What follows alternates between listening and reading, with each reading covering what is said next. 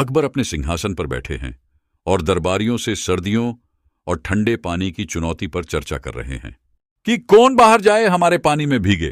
बीरबल ने कहा, हम तो नहीं जाएंगे, लेकिन जिनको जरूरत है पैसे की वो तो बेचारा कहीं भी जाएगा। तो अकबर ने कहा, देखते हैं कि इतनी ठंड में कौन पूरी रात इस नदी में खड़ा रहता है।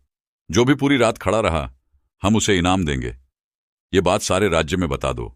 एक गरीब आदमी अकबर के सामने खड़ा होकर ठंडे पानी में रात बिताने की चुनौती स्वीकार कर रहा है। एक बर्फीली रात में गरीब व्यक्ति तालाब के ठंडे पानी में खड़ा है, जबकि उसकी सांसें ठंड के कारण कांप रही हैं। तालाब के किनारे एक दूर जलती हुई लालटेन, जिसकी रोशनी गरीब आदमी को हिम्मत दे रही है। सुबह का समय गरीब व्यक्ति तालाब से बाहर निकलता हुआ, बर्फ से ढकी धरती और सूरज की हल्की रोशनी। अकबर ने गरीब आदमी से पूछा, इतनी ठंड में तुम पूरी रात कैसे खड़े रहे? उसका राज हमें बताओ।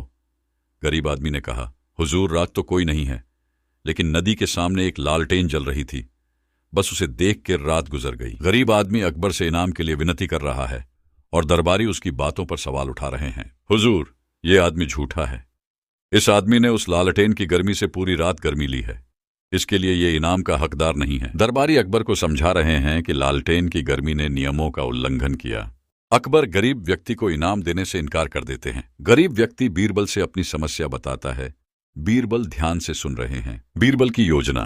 बीरबल अपने घर में एक ऊंची जगह पर बर्तन लटकाकर नीचे मोमबत्ती जला के खिचड़ी बना रहे हैं। तब एक दरबारी आया और कहा, बीरबल, आपको राजा अकबर बुला रहे हैं। तो बीरबल ने कहा, ठीक है, ये खिचड़ी पक जाए उसे खाके। अताहु दरबारी ने यह बात राजा अकबर को बताई कि बीरबल पागल हो गया है, वो मोमबत्ती की आग में खिचड़ी पका रहा है। ये सुन के अकबर राजा खुद देखने आए हैं। अकबर का आश्चर्य। अकबर और दरबारी बीरबल के पास पहुंचते हैं और मोमबत्ती से खिचड़ी बनाने का प्रयास देख रहे हैं। अकबर ने कहा, बीरबल, तुम पागल हो गए हो क्या? इससे तुम्हारी खिचड़ी कब पकेगी? ये असंभव है। अकबर और बीरबल का संवाद। बीरबल अकबर को समझा रहे हैं कि जैसे लालटेन ने ऊश गरीब आदमी को गर्मी दी थी, वैसे ही मोमबत्ती से खिचड़ी बन सकती है। अकबर की समझ।